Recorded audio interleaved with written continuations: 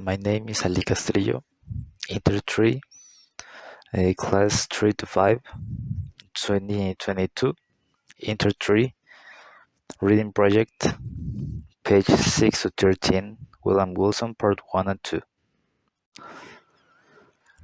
The story of William Wilson, part 1. Let me call myself, for the present, William Wilson. That is not my real name. That name has already been the cause of the horror of the anger of my family. Have not the winds carried my name with my loss of honor to the ends of the earth?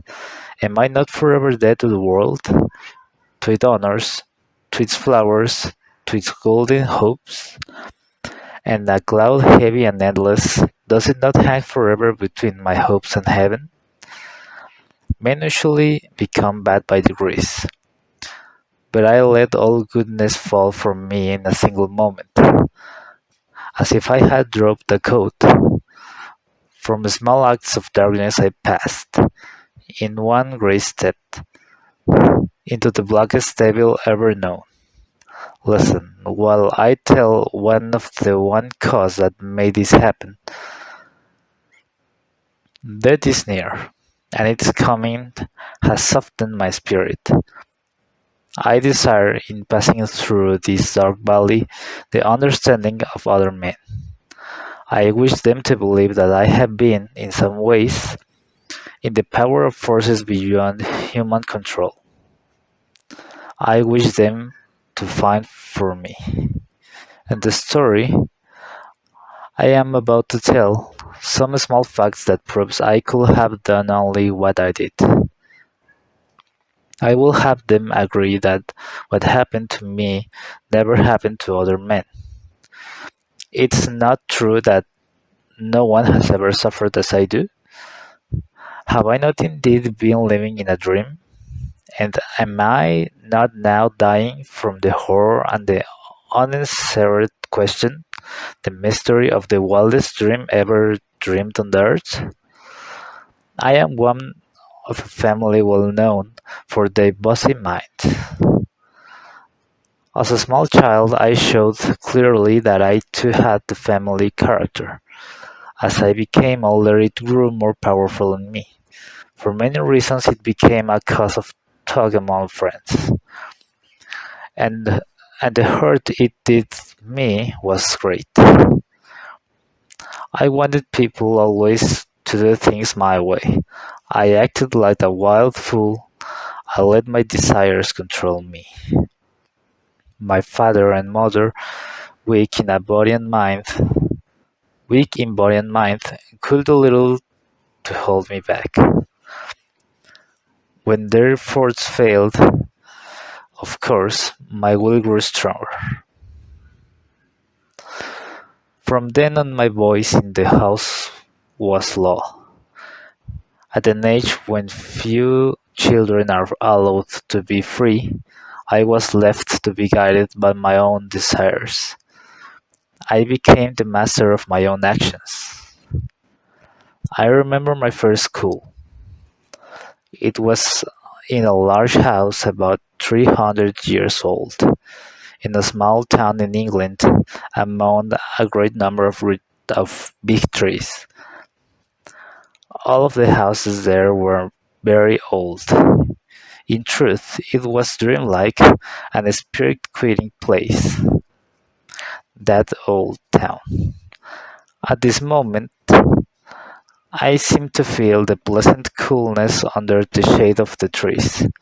I remember the sweetness of the flowers. I hear again with delight. I cannot explain the deep sound of the church bell each hour breaking the stillness of the day.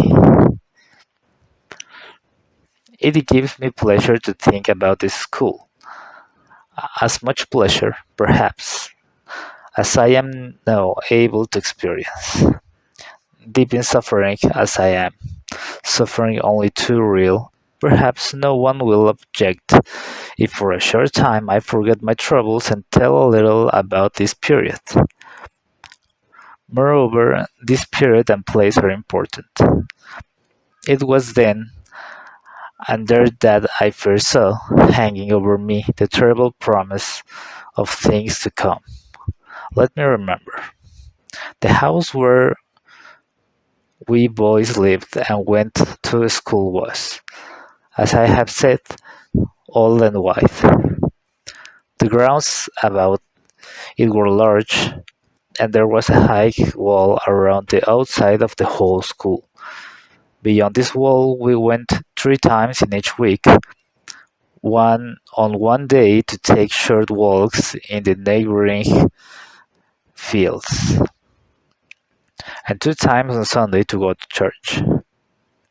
This was the one church in the village, and the head teacher of our school was also the head of the church. With a spirit of deep wonder and of doubt I used to watch him there. This man with low step and quiet, thoughtful face, in clothes so different and shining clean. Could be this the same man who, with a hard face and clothes far from clean, stood ready to strike us if we did not follow the rules of the school? Oh, great and terrible question, beyond my small power to answer. I will remember our playground, which was behind the house. There were there were no trees, and the ground was a hard stone. In front of the house there was a small garden, but we stepped into this garden only at very special times, such as when we first arrived at school, or when we left it for the last time, or perhaps when father or mother or a friend came to take us away for a few days. But the house, what a delightful old building! It was it was to me truly a palace. There was really not end to it. It was not always able to say certainly which of its 2 floors I happened to be on. From each room to every other there were always 3 or 4 steps either up or down. Then the rooms branched into each other, and these branches were too many to count, and often turned and came back upon themselves. Our ideas about the whole great house were not very far different from the thoughts we had about time without end. During the 5 years I was there, I could never have told anyone how to find the little room where I and some 18 or 20 other boys slept. The schoolroom was the largest room in the house, and I couldn't help thinking it was the largest in the world. It was long and low, with pointed windows and heavy wood overhead. In a far corner was the office of our head teacher, Mr. Bransby. This office had a thick door, and we would rather have died than open it when he was not there.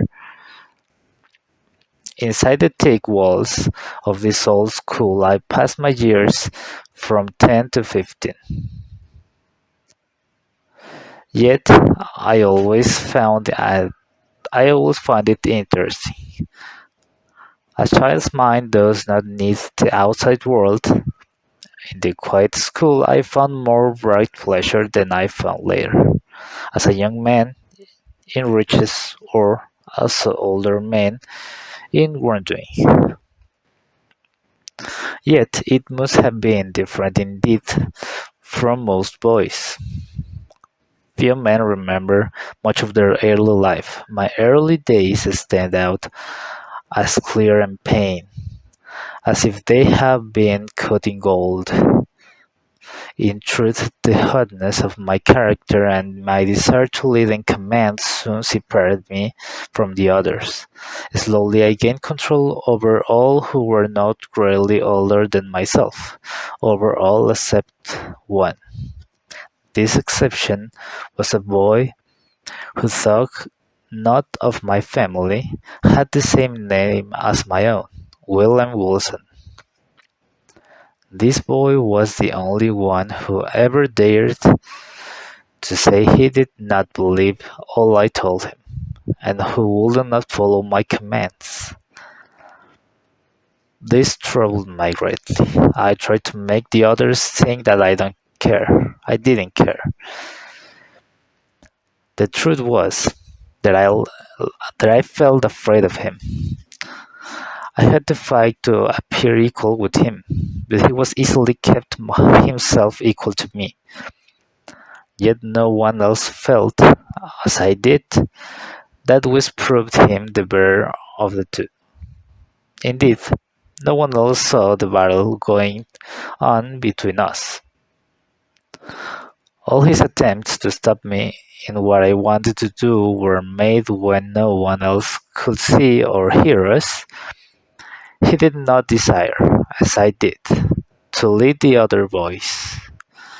He seemed only to want to hold me back, sometimes with wonder, and always without pleasure. I saw that his manner seemed to show a kind of love for me. I did not feel thankful for this.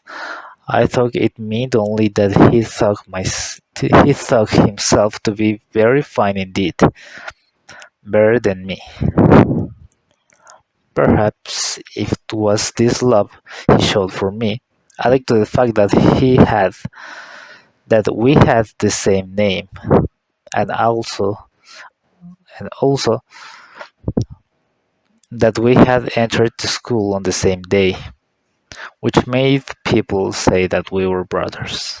Wilson did not belong to my family, even very distantly. Even very distantly.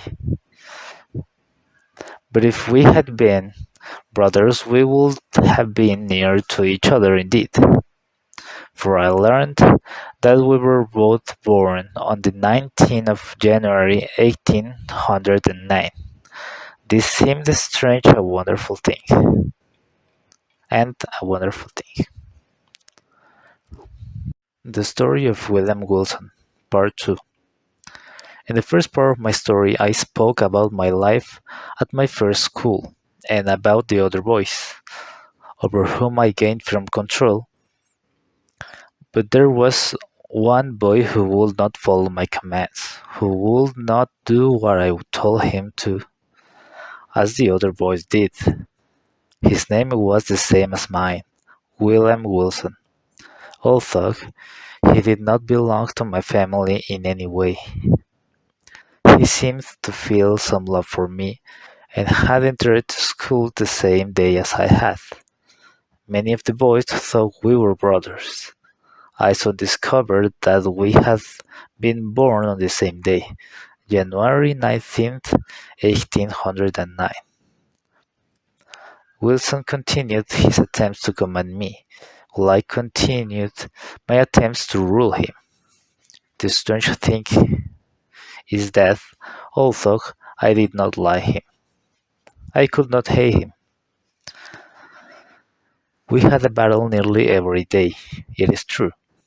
In public it would seem that I had been proved to be stronger, but he seemed somehow able to make me feel that this was not true, and that he himself was stronger. Nevertheless, he continued to talk to each other in a more or less friendly way.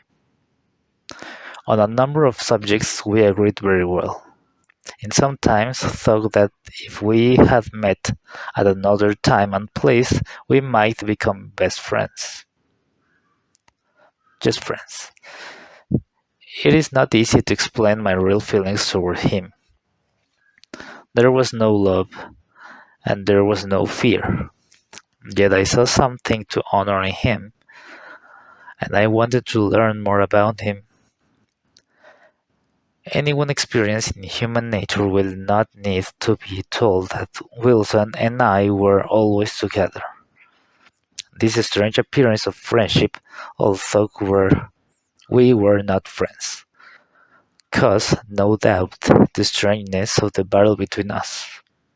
I tried to make the others look at him. I tried to give him pain while seeming to play light-hearted game. My attempts were not always successful, even though my plans were well made. There was much about his character that simply could not be looked at. I could find indeed but one weakness. Perhaps he had been born with it, or perhaps it had come from some illness. No one but me would have made any use of it against him. He was able to speak only in a very, very soft low voice. This weakness I never failed to use in any way that was in my power. Wilson could fight back, and he did. There was one way we had of troubling me beyond measure. I had never liked my name. Too many other people had the same name. I would rather have had a name that was not so often heard. The word sickened me. When, on the day I arrived at the school, a second William Wilson came also. I felt angry with him for having the name. I knew I would have to hear the name each day a double number of times. The other William Wilson would always be near. The other boys often thought that my actions and my belongings were his, and his were mine.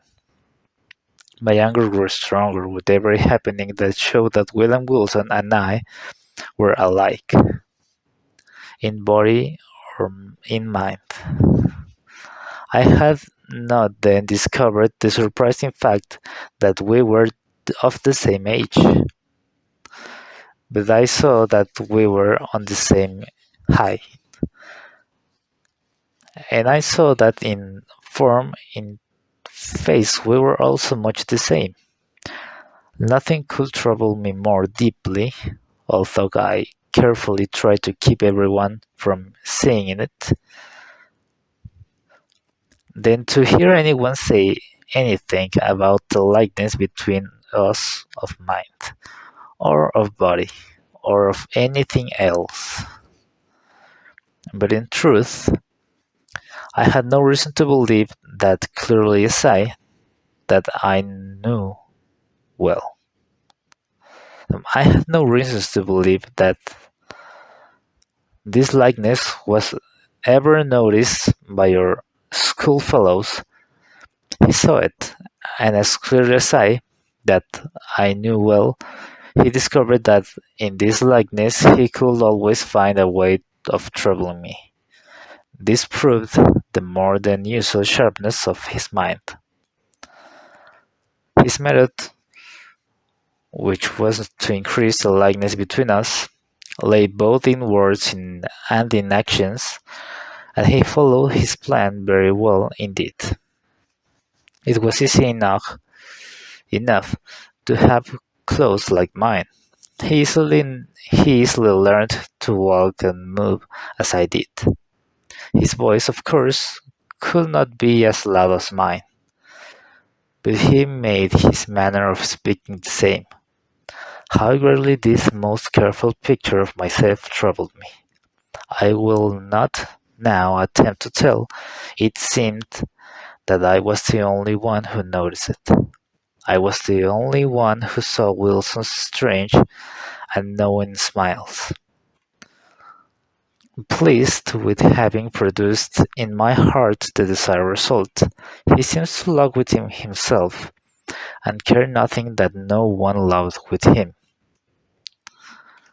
I have already spoken of how he seemed to think he was better and wiser man than I. He will try to guide me. He will often try to stop me from doing things I had planned. He will tell me what I should and should not do, and he will do this not openly, but in a word or two in which I have to look for the meaning. As I grew older, I wanted less and less to listen to him. As it was, I could not be happy under his eyes that always watched me. Every day I showed more and more openly that I did not want to listen to anything he told me. I have said that in the first years when we were in school together, my feelings might easily have been turned into friendship. But in the later months, although he talked to me less often then, I almost hate him. Yet, let me be fair to him. I can remember no time when he told me was not wiser than would be expected from one of his years. His sense of what was good or bad was sharper than my own.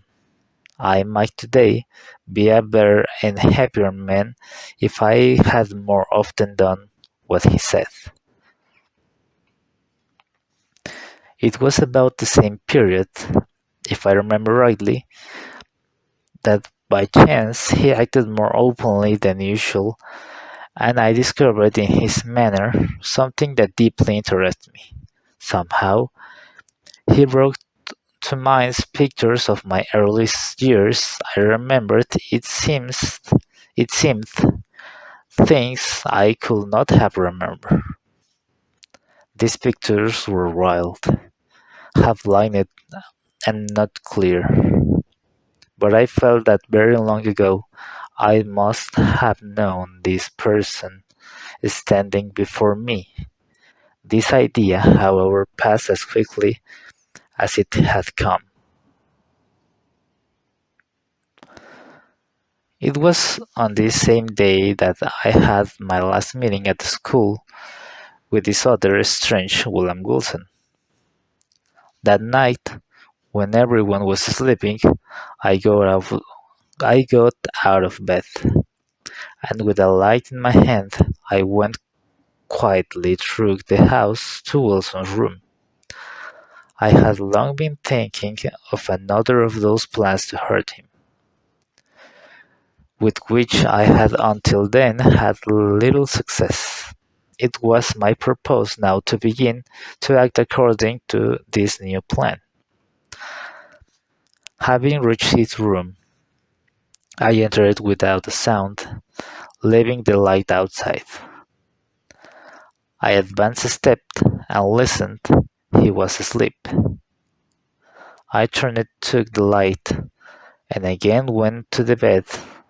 I looked down upon his face. The coldness of eyes filled my whole body. My knees trembled. My whole spirit was filled with horror. I moved the light nearer to his face.